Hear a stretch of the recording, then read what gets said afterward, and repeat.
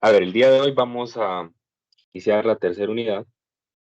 En esta unidad, pues la idea es estudiar tres temas. El primer tema, el primer tema es la fundamentación de la electricidad, que tiene que ver con cargas. Vamos a conocer el concepto de carga eléctrica. Vamos a conocer la fuerza que existe entre carga o la interacción entre carga. Y vamos a conocer el concepto de campo eléctrico. Esto lo vamos a encontrar en el capítulo 21 de nuestro libro de texto, solamente que ahora pues vamos a pasar al tomo número 2. El segundo tema en el que nos vamos a centrar es el que tiene que ver con energía potencial eléctrica. Vamos a hablar de energía potencial eléctrica y del concepto de potencial eléctrico, que muchos de ustedes lo conocen como voltaje. Es el nombre que se le da comúnmente, pues en el contexto social cotidiano. Y en tercera instancia, vamos a hablar sobre los principios que rigen a los circuitos eléctricos. Entonces vamos a hablar sobre corriente eléctrica, vamos a hablar sobre resistencia eléctrica, vamos a hablar sobre potencia y la fuerza electromotriz, que son, digamos, los fundamentos para poder estudiar los circuitos. Entonces, la idea de esta tercera unidad, pues esto es el capítulo 23, el segundo tema, y aquí el capítulo 25. ¿Ok? Entonces, ese es el contenido que vamos a discutir. Ah, un par de secciones se van a omitir, pero prácticamente los tres capítulos vamos a estudiar en detalle. Y pues la idea de esta tercera unidad es dar una introducción a los fenómenos eléctricos. Nosotros sabemos en la naturaleza que los fenómenos eléctricos no están solos, son parte de una de las cuatro interacciones fundamentales de la naturaleza, que se conoce como el electromagnetismo. Entonces, el estudio de los fenómenos electromagnéticos quedan incompletos si nosotros solo hablamos de electricidad. Así que la idea es que ustedes, posterior a esta clase, pues puedan llevar un curso que profundice sobre los fenómenos electromagnéticos. En el caso de que así sea, o si no, pues hablar más que todo de la parte práctica que tiene que ver con el último tema, que son los circuitos eléctricos, las instalaciones eléctricas, eh, todo lo que tiene que ver eh, con circuitos de corriente continua, de corriente directa, las instalaciones eléctricas residenciales, industriales. Entonces, la idea es que usted lleve una base que le permita entender estos fenómenos. Para los estudiantes que llevan los cursos de electricidad y magnetismo 1 y 2, pues tendrán la oportunidad de estudiar con más detalle. De hecho, muchos de el primer tema con el que van a empezar son particularmente el primero que nosotros vamos a ver en esta tercera unidad. Y pues allá van a tener la oportunidad de estudiarlo con una mayor profundidad, con un detalle matemático más profundo, más de lo que lo hacemos aquí. Aquí la idea más que todo es presentar conceptos, hacer algunos cálculos, claro que vamos a hacer cálculos, que es la naturaleza de la clase también, pero la idea es no entrar en problemas tan difíciles, porque esto implica pues tener una base matemática un poco más profunda, sobre todo la base matemática que se utiliza para estudiar la electricidad y el magnetismo, es el cálculo vectorial. Es básicamente todo lo que ustedes han visto en cálculo, cálculo 1, cálculo 2, pero aplicado no a funciones escalares, que son las funciones f de x y y que han visto tradicionalmente, sino a las funciones de vectores, funciones eh, que están compuestas por componentes de funciones escalares. Entonces, eh, seguramente que van a tener la oportunidad de profundizar mucho en esto. Ok, entonces vamos a iniciar con el primer tema y vamos a hablar sobre lo primero que queremos definir son las cargas eléctricas.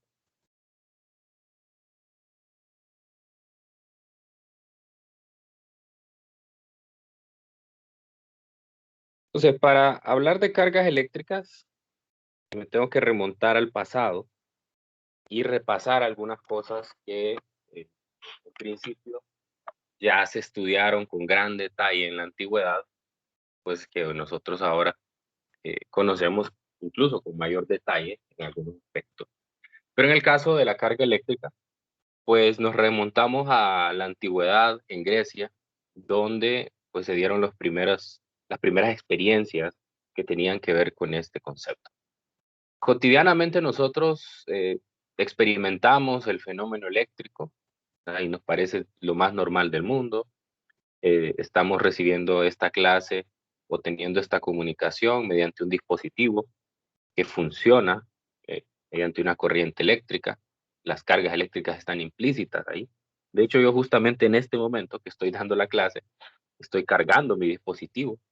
O sea, estoy haciendo que circulen cargas alrededor, ¿verdad? Para que no se me apague y no me quede a media clase hablando solo. Entonces, el fenómeno eléctrico es tan cotidiano ahora, porque casi todos los dispositivos eléctricos que usamos en nuestro hogar, usamos diariamente, pues están vinculados o tienen una fuente energética a partir de la electricidad. Pero bueno, en la antigüedad eso no era así. En la antigüedad, pues ya saben que, que no existía este tipo de tecnología y por lo tanto tuvieron que haber unos primeros acercamientos a él. Lo primero fue que en la antigüedad se dieron cuenta de que si nosotros frotábamos una, un material contra una piel, por ejemplo, contra seda, que eso sí era muy común en ese entonces, de hecho era una de las cosas que más se comerciaba en ese entonces, las pieles, las sedas para la vestimenta. Entonces, que si ciertos materiales se frotaban contra estas superficies, entonces adquirían una propiedad y esa propiedad pues la relacionaban la vincularon directamente con con el ámbar, ¿no? Que fue el primer material que fue el que ellos utilizaron, ¿no? Entonces el ámbar, si lo frotaban con lana, tenía una cierta propiedad, si lo frotaban con piel, tenía otra propiedad. Y entonces desde ahí viene el concepto de electricidad. En griego, ámbar se llama electrón o se dice electrón. Y entonces por ahí viene la connotación de electricidad, ¿verdad? Y por eso se le llama actualmente de esa manera. Entonces veían que si lo frotaban con piel al ámbar, pues adquiría una propiedad, si lo frotaban con seda adquiría otra propiedad, y que se acercaban al ámbar frotado con piel y al frotado con seda, entonces de cierta manera veían que ese ámbar se atraía. O sea, es decir, si lo acercaban, se iba a haber una especie de fuerza que las iba a unir. Ok, entonces eso lo puedo ver con con una simulación. Siempre a ese fenómeno de carga se le conoce como inducción.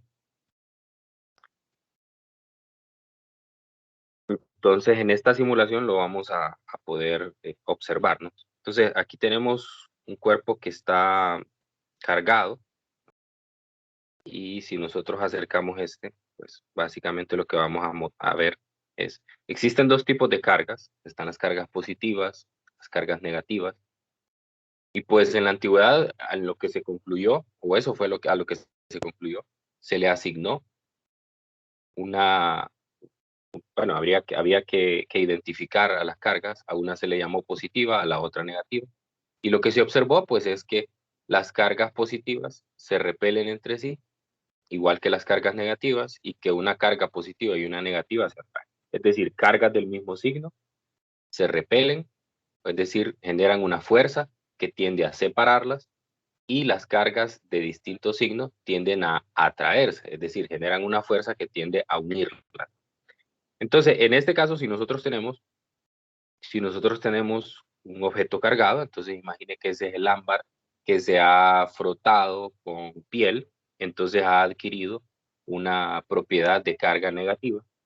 Y si nosotros lo acercamos a un conductor, entonces lo que va a pasar es que hay un desplazamiento de las cargas. Entonces vea que como las cargas negativas se repelen y las cargas positivas se atraen, entonces las cargas negativas se van desplazando hacia la derecha del conductor. En este caso, el conductor puede ser un fragmento de un alambre de cobre, de aluminio, cualquiera, ¿verdad? Cualquier metal que tenga una buena conducción eléctrica. Ok, entonces, bueno, de ahí nos empezamos a dar cuenta que de cierta manera tenía que haber algo en el interior de los metales o de los objetos que provocaba esas interacciones, que tenía que haber esas determinadas cargas dentro, porque aparentemente, pues, o bueno, tampoco puedo pensar que al frotar la piel contra el ámbar, la piel le daba o le traspasaba de cierta manera algo, ¿no? En algún momento se pensó, ¿no? Pero no lo vamos a ver desde esa perspectiva, sino que lo vamos a ver desde la perspectiva que internamente en el material tiene que haber algo que genera eso. Entonces, de ahí fue donde surgió la idea de empezar a estudiar directamente las propiedades de los átomos que son los que componen a, a los materiales, ¿no? Entonces, en ese sentido, nosotros tenemos que remontarnos a esta figura del libro de texto. Bueno, esta figura es la que les mencionaba actualmente, ¿no? Estamos frotando y podemos observar la atracción entre entre las muestras de ámbar. Ok, me quiero centrar aquí, el átomo. Actualmente se sabe que el átomo, han habido muchos intentos por explicar el átomo, pero pues ya tenemos un mejor panorama de lo que es. Entonces nosotros sabemos que existe un núcleo, que es una cosa muy pequeña comparada con el tamaño del átomo, y que en ese núcleo nosotros tenemos ciertas partículas que no son partículas fundamentales, es decir, no están compuestas por otras partículas, pero que en el interior pues hay dos tipos de partículas, unas que tienen carga positiva, que se conocen protones, como protones, y alrededor de ese núcleo pues nosotros podemos encontrar otro tipo de partículas, que son partículas de, de signo negativo, que se conocen como electrones. Se conocen como electrones y pues la, la curiosidad de todo esto es que resulta que en un átomo neutro nosotros podemos tener, así como se ilustra en esta figura, en un átomo neutro la misma cantidad de cargas positivas que hay en el núcleo existe en la parte exterior, o sea, en lo que podríamos llamar la corteza eh, del átomo. Entonces, si yo tengo tres cargas positivas en el núcleo, voy a tener tres cargas negativas en la corteza también. Entonces, para cualquier átomo que es neutro, se va a cumplir esa razón. Entonces, de lo que nos dimos cuenta es que la cantidad de protones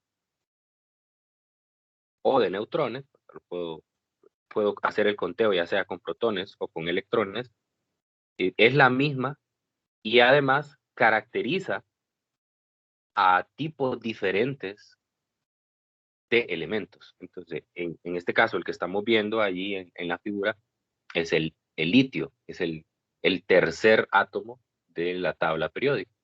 Entonces, la tabla periódica ha sido el intento por clasificar a todos esos materiales que nosotros conocemos. Entonces, en la tabla periódica los átomos están ordenados con lo que se llama un número atómico. El número atómico es el que me va diciendo a mí cuántos protones y electrones va a tener ese, ese elemento, ¿no? Entonces, en este caso, el litio es el tercero en la tabla periódica, el hidrógeno es el primero, y así nosotros vamos a encontrar. Ahora, para propósitos ya prácticos, como la electricidad del hogar, ¿verdad? En la industria, nosotros vamos a utilizar elementos que tengan una gran cantidad de protones y electrones, porque vamos a ver que eso le va a dar propiedades diferentes y propiedades más favorables para los fenómenos eléctricos. Entonces, bueno, por ahí empezamos. Entonces, hay tres tipos de partículas. Los protones, que tienen carga positiva, como lo dije anteriormente, son partículas muy, muy pequeñas. Tienen una masa de 1.67 por 10 a la menos 27. Hay que recordar ese número. Hay que irlos anotando por ahí porque son números que los vamos, con estas dos partículas, con el protón y con el electrón, vamos a trabajar muchísimo. Entonces hay que recordar las propiedades que tiene, la masa que tiene, la carga que tiene, eh, particularmente esas dos cosas, ¿verdad? Me interesa saber cuánto vale su carga, qué signo tiene su carga y qué masa tiene, ¿verdad? Porque en la mayoría de los problemas nos van a remontar a estas partículas. Entonces tengo los protones que tienen una masa, una carga positiva, y tengo los electrones que tienen una carga negativa. De hecho, en la antigüedad hubo un intento por explicar la estructura atómica utilizando la idea de que esto se asemejaba a, bueno, de hecho hay mucha gente que todavía lo explica así, que esto se asemejaba a un sistema solar, que en el centro pues está ahí las cargas positivas y que pues podríamos pensarlo como el Sol, y alrededor de él están orbitando los electrones, ¿no? Así como los planetas orbitan al Sol. Pero bueno, con el tiempo nos dimos cuenta de que eso no era necesariamente así. Ya ahí, cuando entramos al átomo, nos cambiamos de rama de la física para estudiar esto. Y entonces la mecánica cuántica nos dice de que no podemos identificar. Así como yo puedo decir, bueno, Saturno va a estar en tal posición, a tal hora, a tal día, ¿no? Entonces yo no puedo hacer eso en el átomo. Hay ciertas limitaciones, hay ciertos comportamientos diferentes que tienen las partículas a este nivel, por el cual nosotros no podemos ser deterministas. Yo no puedo decir, el electrón está aquí. Lo único que sí puedo decir, el electrón tiene la probabilidad o la mayor probabilidad de encontrarlo es en esta región, pero no lo voy a poder ubicar. Pero bueno, esa es otra historia y no es necesario profundizar tanto en ella para poder entender los objetivos de esta clase. Bien, entonces lo primero es que nos vamos a familiarizar con estas tres partículas. Bueno, con dos, el neutrón no, porque no tiene una carga, así que no nos va a interesar tanto interactuar con él. Entonces, protones, electrones, carga positiva el protón y carga negativa. Bueno, después, se hicieron intentos por poder medir, cuál era la carga que tenía estas partículas, esa carga, ¿no? Entonces hay un experimento muy famoso que es el experimento de Millikan, que es el experimento en el cual se pudo determinar cuál era la relación que existía entre la carga de estas partículas. Entonces se pudo definir que la carga, voy a anotar ya aquí, la carga fundamental, que es la referencia que nosotros vamos a utilizar para todas las cargas, carga fundamental la denotamos con una E.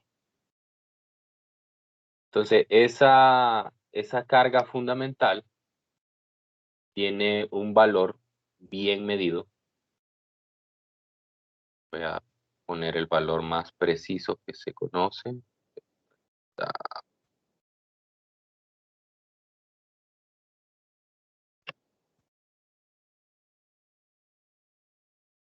Bueno, quiero ponerlo, pero si no lo ubico, voy a poner el que normalmente utilizamos.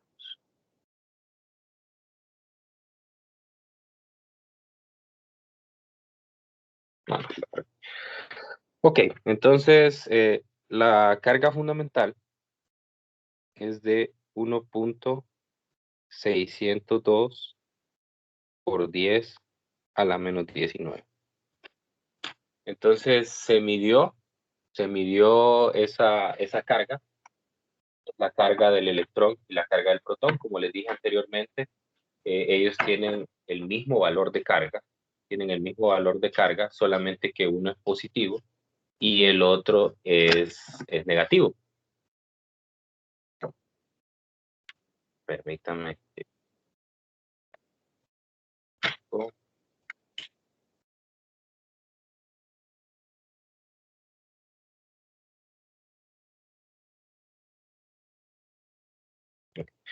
Muy bien. Y la carga se mide en ciertas unidades que son conocidas como coulomb. Algunos, bueno, diferentes maneras de decirlo. Se escribe como coulomb. Algunos lo han españolizado y le dicen culombio. Entonces, ahí depende de usted, cómo lo quiera pronunciar. Entonces, ya vamos a ver que esto está relacionado directamente con lo que vamos a ver a continuación, y es ese fenómeno de qué tanto se atrae, qué tanto se repelen las cargas. Entonces, resulta que el protón, la carga, normalmente nosotros vamos a definir a la carga usando la letra Q, ya sea mayúscula o minúscula. Entonces, la carga del protón es de positivo E y la carga del electrón es de negativo E. Entonces, nosotros hemos tomado esta referencia para poder dar una idea de cuál es el valor de carga de todas las partículas. Entonces, en el caso de las partículas como el protón y el neutrón, que no lo voy a poner aquí porque no lo vamos a utilizar, ¿verdad? Pero el protón y el neutrón son partículas que no son partículas fundamentales. El protón y el neutrón está formado por otras partículas que se conocen como quarks. Y estos quarks, a su vez, tienen una determinada carga, que es una carga fraccionaria. Es decir, que si yo sumo las cargas, lo que va a hacer es que me van a dar la carga fundamental. Entonces, así se hace. Para todas las cargas, nosotros lo que hacemos es definirle un valor de carga usando como referencia la carga fundamental. Entonces, yo puedo decir, un quark tiene una carga de positivo 1/3 de la carga fundamental, o positivo 2/3 de la carga fundamental, negativo 1/3, negativo 2/3 de la carga fundamental. De manera que al sumarlos, entonces yo voy a tener la carga de la unidad grande, que es el protón. Muy bien, entonces, ¿por qué es importante la carga eléctrica en la naturaleza? Porque la carga eléctrica siempre se va a conservar, es constante. De hecho, hay una definición que dice que la suma algebraica de todas las cargas eléctricas en un sistema cerrado es constante.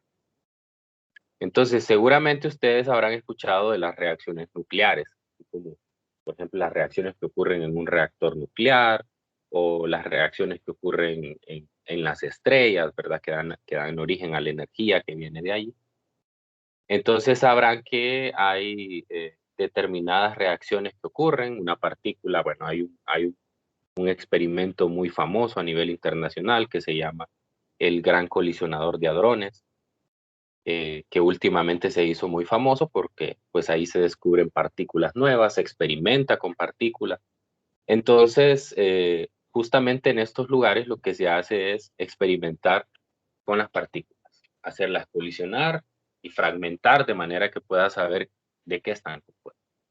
Entonces, en estas reacciones que se dan, que se llevan a cabo ahí, ocurren decaimientos, ocurre transformación, una partícula interactúa con energía y después eso me da otra cosa. Entonces, en este tipo de interacciones, las cargas eléctricas siempre se van a conservar. Es más o menos como en una reacción química.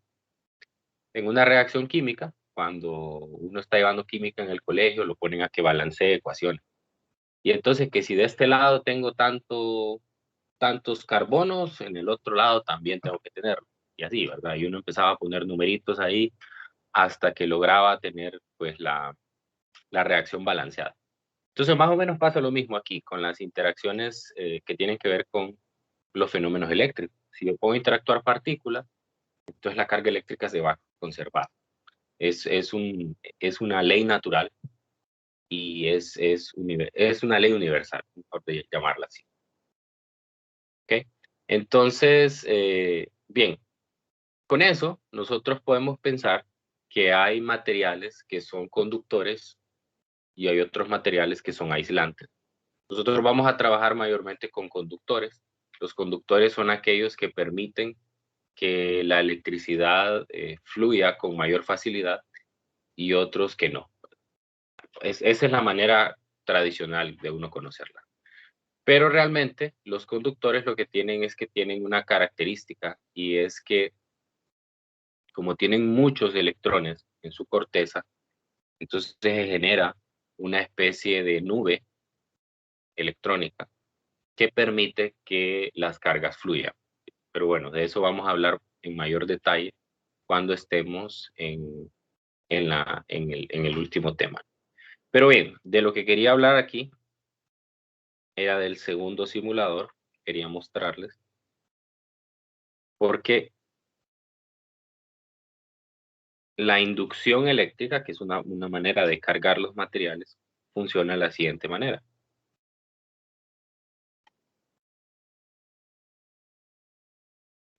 Entonces, los materiales están compuestos como se ve en esta simulación. Entonces, usted tiene una muestra de un metal, por ejemplo, una barra de cobre, una barra de plata, de aluminio. Entonces, lo que tiene, como eso es en estado sólido, y aprendimos en termodinámica que el estado sólido está muy bien ordenado. Entonces, esas cargas positivas que ven ahí, que están estáticas, pues son los centros de cada uno de los átomos que están compuestos. Y los metales, la característica que tienen es que en su corteza tienen muchos electrones. Y entonces hay una capa, ustedes estarán familiarizados con esto de química, una capa que es la capa más externa, se conoce como a los electrones que están en esa última capa se le llama electrones de valencia. Entonces esos electrones están desapareados, como se le llama en química, es decir, están solos o no están en pareja y por lo tanto entonces es fácil extraer. Eso es lo que pasa con los metales. Entonces cada átomo se le puede quitar, ¿verdad? Eso se hace de forma espontánea, no tengo que hacer ningún experimento. Se le quita uno de, pensemos en uno de esos electrones, y esos empiezan a bailar, a andar ahí por todos lados, o sea, ya no son de ningún átomo, andan ahí, y a eso se le conoce como una nube electrónica. Entonces, cuando nosotros acercamos un material que está cargado, por ejemplo, veamos uno que está cargado positivamente, entonces la inducción eléctrica ocurre de esta manera. Nosotros lo acercamos y entonces lo que observamos es que hay una atracción. Entonces, esos electrones que andaban ahí de forma errática, ahora se ven atraídos por el objeto que está cargado positivamente y entonces se desplazan a cierto lugar. Si lo hago con un negativo, no se quita bueno, no se quita el positivo, pero no, no lo puedo. Bueno, entonces si es positivo, ocurre lo contrario. Ocurre lo contrario. Entonces a ese fenómeno se le llama una inducción eléctrica. Y ese tipo de cosas son las con las que uno está familiarizado. Por ejemplo, uno de los experimentos clásicos en electricidad que le dicen es que se frote el cabello con un peine y que después coloque tiritas de papel y lo que va a observar es que el papel, las tiritas de papel se quedan pegadas en el peine. Bueno, eso es lo que pasa, precisamente, ¿no? Entonces las tiritas de papel, o bueno, el peine, cuando nosotros cuando lo frotamos contra nuestro cabello, adquiere una carga, ya sea carga positiva o negativa, y entonces al acercarlo a las tiritas de papel, uf, ¿qué le pasa? Entonces, al acercarlo a las tiritas de papel, entonces estas se van a ver atraídas y por eso se van a pegar. Entonces, ahora sí vamos a abrir la puerta para el tema del que queríamos hablar hoy, el primer tema, y es el que tiene que ver con esa fuerza que existe entre las partículas, esa fuerza que existe entre las partículas. Entonces, esa fuerza que existe entre las partículas se mide usando una ley que se conoce como la ley de Coulomb.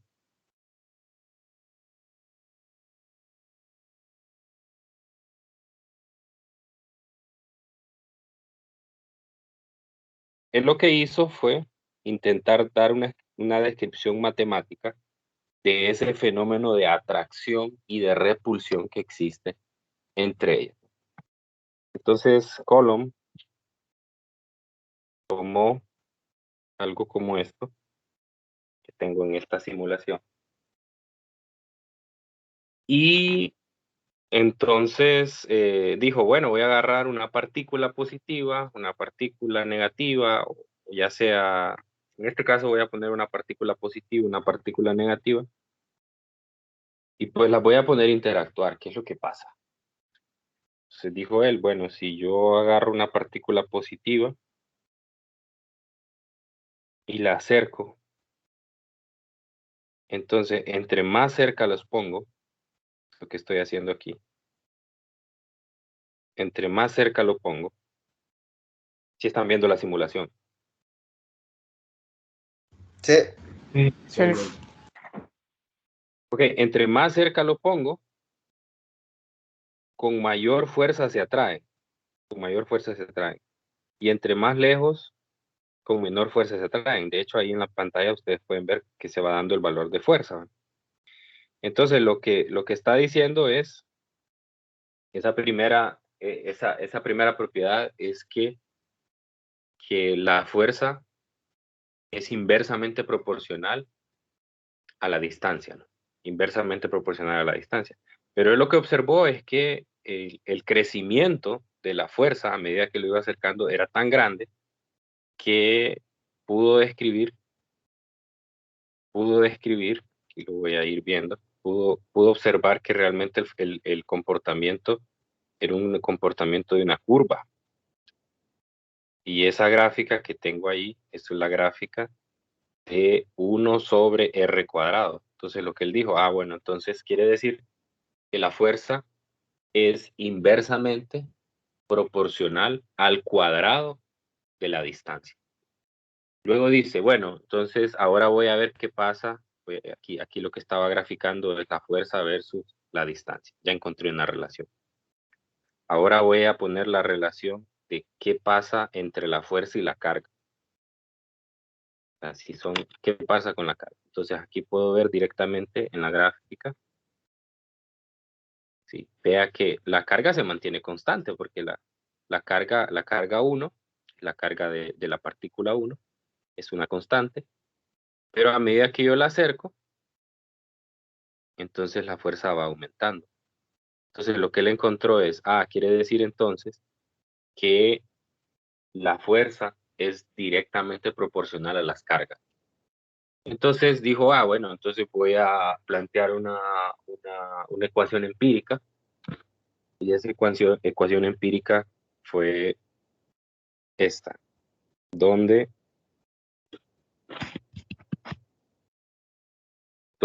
la fuerza, que la denominamos con la letra F mayúscula, es igual a una constante, que es la constante de proporcionalidad, por el valor absoluto del producto de las cargas dividido entre la distancia al cuadrado. Entonces dijo él, bueno, la fuerza es inversamente proporcional al cuadrado de la distancia, la fuerza es directamente proporcional a las cargas, y voy a usar una constante de proporcionalidad. A esa constante de proporcionalidad, luego pues de varios intentos, vio que estaba relacionada con una constante que se conoce como la permitividad del espacio vacío. Entonces realmente la forma más correcta de expresar esta ecuación es decir 1 sobre 4pi epsilon sub 0. Esa es la constante de proporcionalidad realmente. Y luego Q1, Q2 y R. Ok, entonces esa constante de proporcionalidad, bueno, ese epsilon sub 0 que aparece ahí, se conoce como la permitividad del espacio vacío. La permitividad del espacio vacío. Entonces, eso también nos dice de que el experimento fue pensado en un vacío, o sea que no había un medio que afectara el comportamiento de esas cargas. Y las unidades son las siguientes. Coulombs al cuadrado entre Newton por metro cuadrado. Más adelante ustedes en el curso de electricidad y magnetismo pues van a ver qué pasa si yo agrego las interacciones que tienen que ver con la materia. Pero en este caso nosotros solo vamos a trabajar con experimentos donde las partículas están en el vacío. Entonces, eso fue lo que encontró Coulomb, que es esto que está aquí, en esta simulación.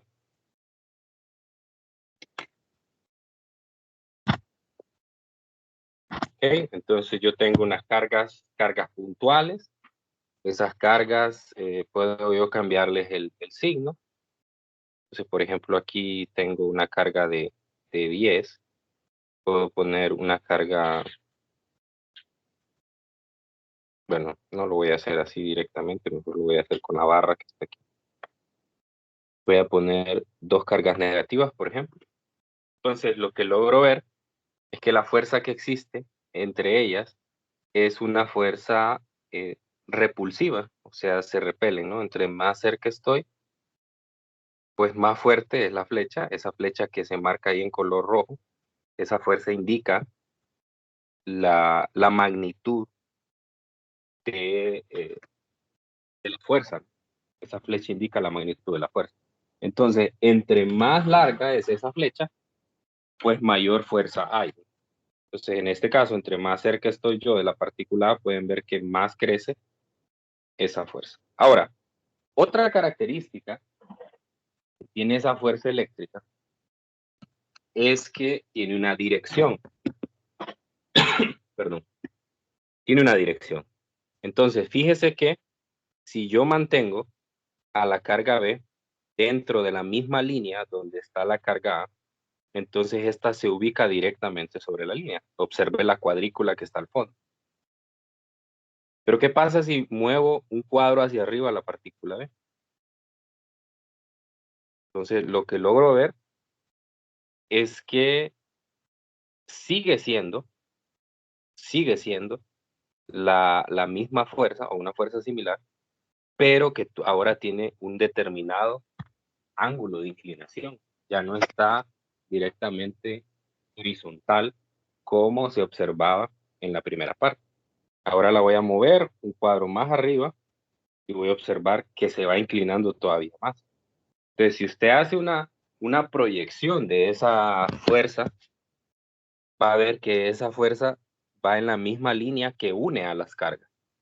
Yo voy a ir más arriba todavía y puedo observar siempre que la fuerza, a medida que yo voy desplazando esto, la fuerza va adquiriendo un ángulo de inclinación de manera que sigue la dirección de la línea que une a las dos cargas. Eso lo que quiere decir es que la fuerza tiene un carácter vectorial y la dirección es de forma radial, o sea, el radio o la distancia que une a las dos partículas.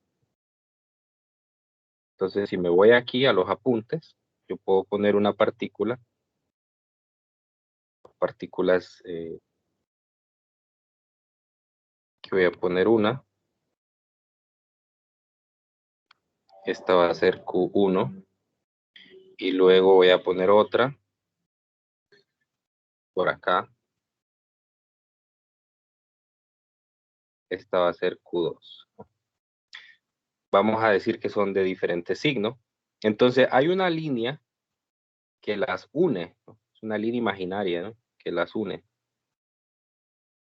Entonces, lo que quiero decir con eso, con el que tiene un carácter vectorial y además es radial, es que va en esa dirección, siempre va a ir en esa dirección.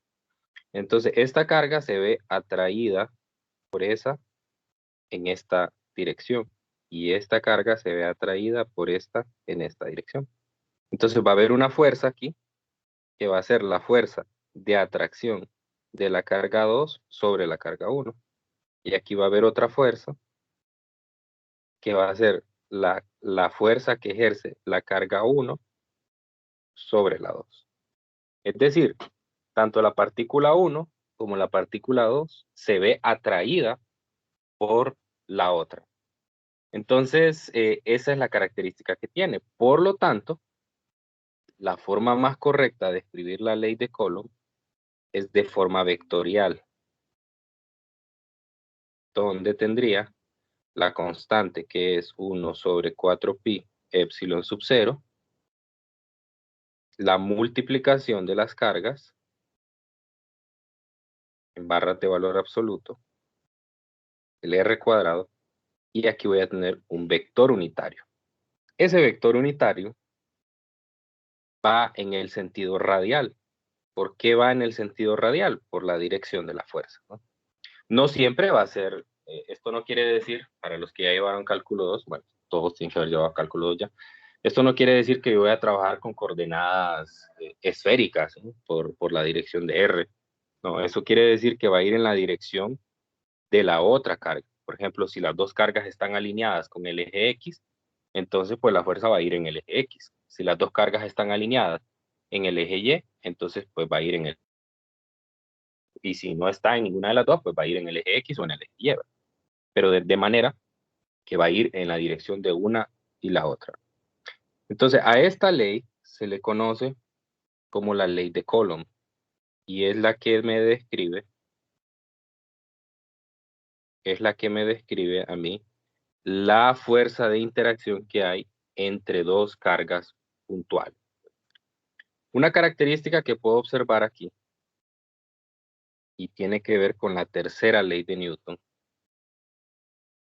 es que las partículas al tener la misma fuerza, solamente que van a ir en direcciones opuestas. Entonces la tercera ley de Newton me dice a mí que la fuerza F, le voy a quitar esa flecha, le voy a llamar solo F21, y la otra que sería F12, son iguales en magnitud, pero opuestas en dirección.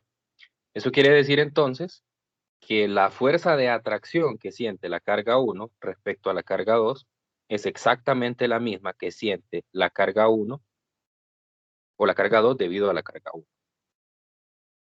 Repito, la fuerza que siente la carga 1 debido a la carga 2 es igual a la que siente la carga 2 debido a la carga 1. Solamente que van en direcciones opuestas. Van en direcciones opuestas. Entonces uno puede calcular ya sea en cualquiera de los dos marcos de referencia, ya sea en la carga 1 o en la carga 2, y el valor que va a encontrar es el mismo. Si se fijan, cuando yo coloqué la fórmula, puse la multiplicación de las cargas en barras de valor absoluto. Y uno se puede preguntar, bueno, ¿por qué van esas barras de valor absoluto? Y es que realmente el signo es importante aquí. Porque si yo tengo cargas de diferentes signos, entonces lo que va a pasar es que voy a tener la multiplicación de un signo positivo, de una carga positiva por una carga negativa. Eso me va a dar menos. Y al tener ese signo menos, eso va a influir en la fuerza. Entonces, en la práctica, lo que uno hace es que primero ubica los signos de las cargas. Al saber los signos de las cargas, entonces uno puede saber si la fuerza que existe entre ellas es de atracción o de repulsión. Entonces, volviendo al simulador, yo aquí tenía dos cargas positivas, dos cargas negativas, perdón, interactuando. Y entonces, pues yo ya sabía que como las dos son negativas, la fuerza que hay entre ellas es una fuerza de repulsión. Entonces, ya con eso yo puedo saber para dónde va la flecha.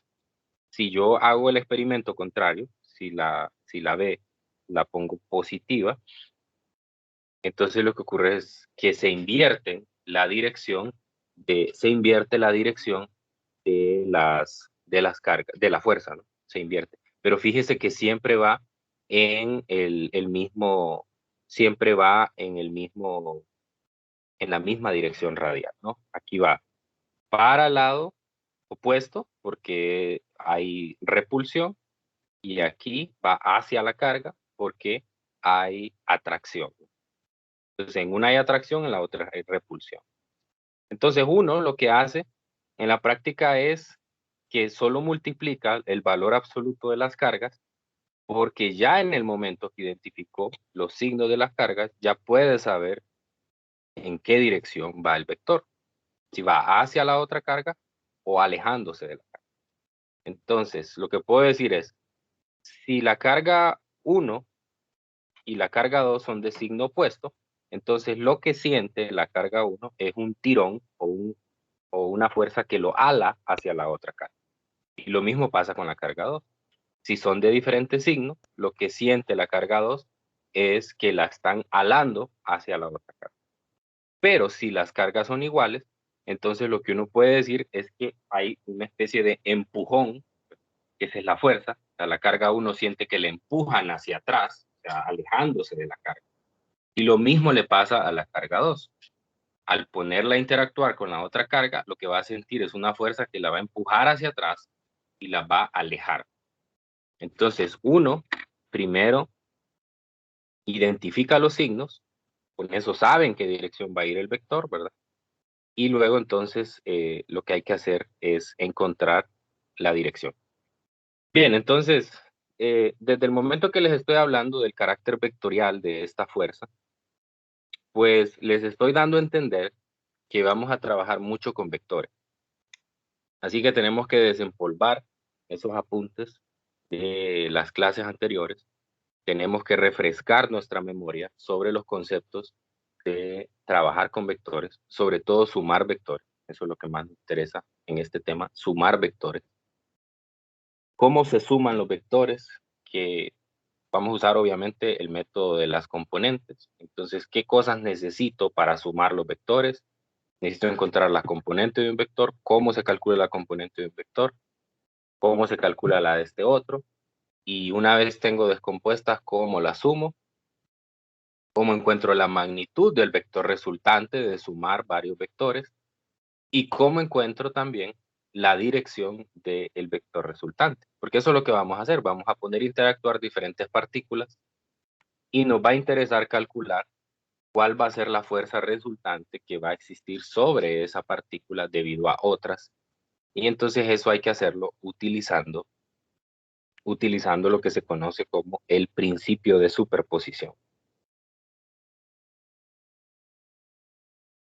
Entonces la superposición me dice a mí, si yo tengo varias partículas, y tengo la partícula 1, tengo la partícula 2, tengo la 3, por aquí tengo la 4, etcétera.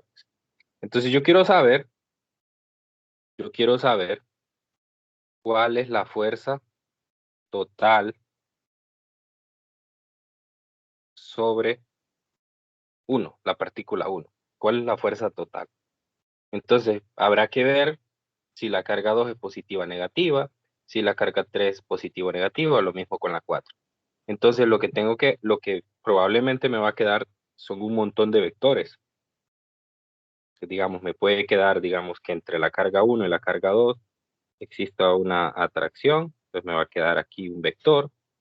Voy a pensar que entre la carga 1 y la carga 3 también hay una atracción, entonces me va a quedar un vector para acá. Y voy a pensar que entre la carga 1 y la carga 4 hay una repulsión, entonces me va a quedar un vector para acá. Eso es lo que uno hace. Uno le piden la fuerza sobre una partícula, entonces sobre ella dibujo un diagrama de cuerpo libre, más o menos como lo hacía con las leyes de Newton. Me decían, calcule la fuerza resultante sobre un bloque, y yo dibujaba todas las fuerzas sobre eso. Entonces, lo que el principio de superposición me dice es que la fuerza total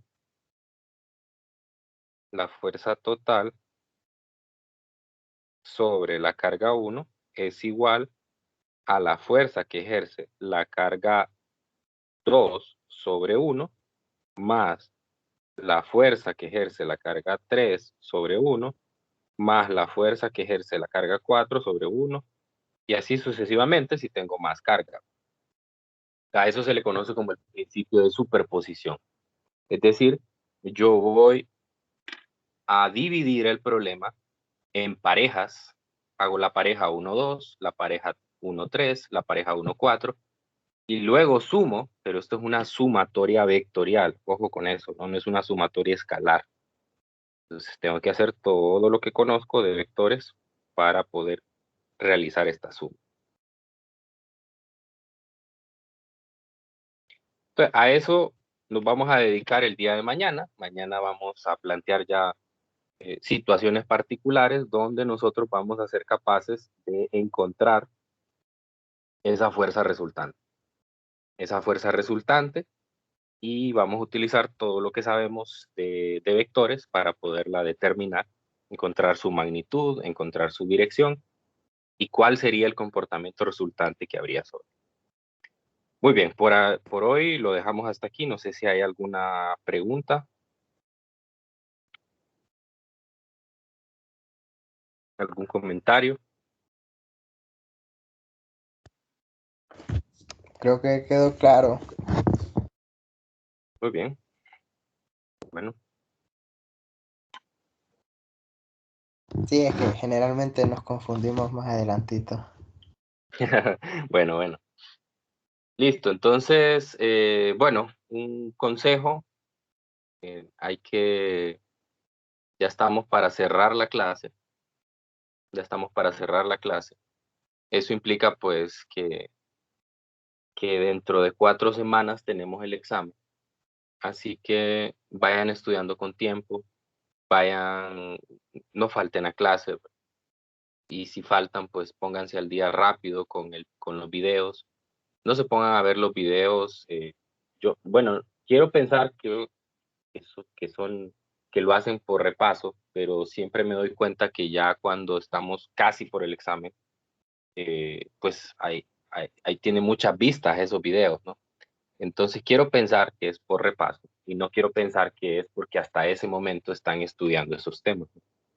Entonces esa es una cosa que sí tienen que mejorar si ese es el caso para ustedes.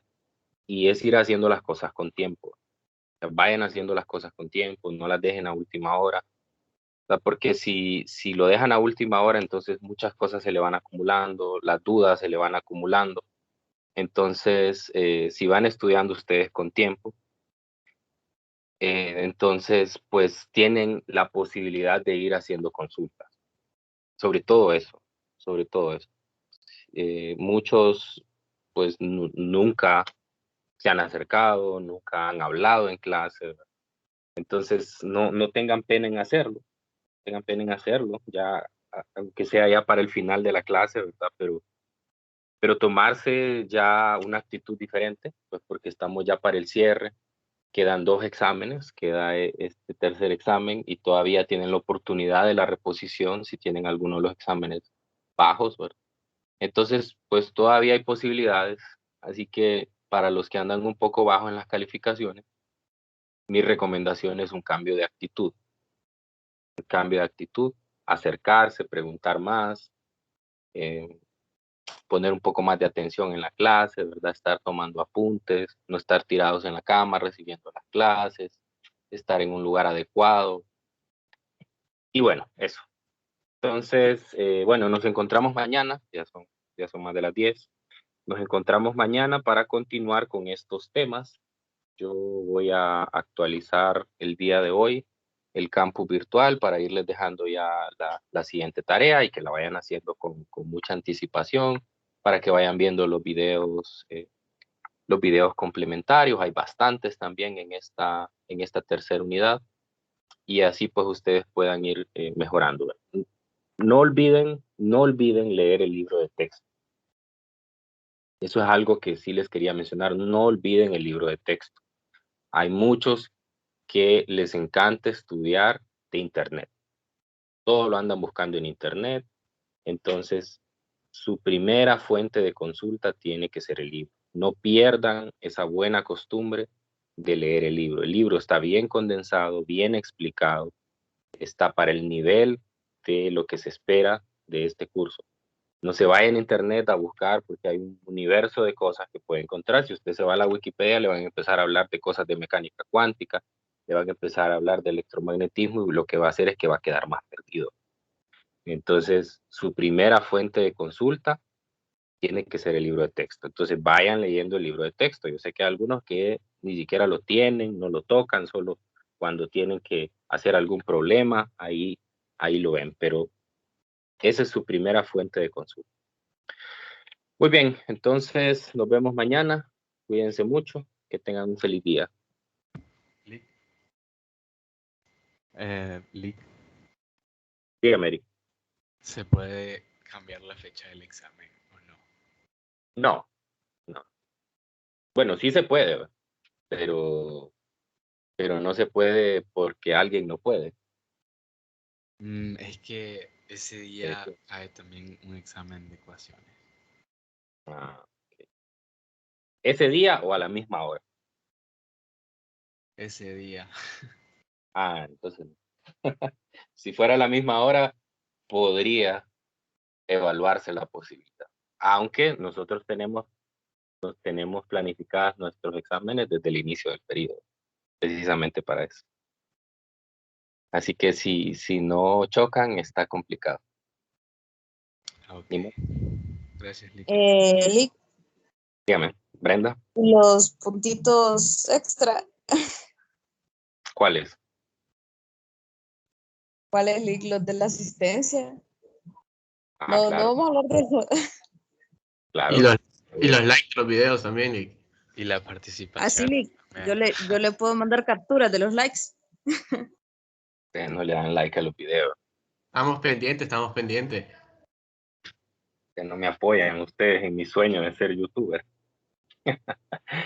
No, los puntos de participación y asistencia se van a asignar hasta el final, ¿verdad? Porque es una calificación global, no es una calificación de ahorita, ¿no? Ahí lo van a ver reflejado cuando tengan los cuadros finales. Así que no se preocupen si esa promesa se va a cumplir.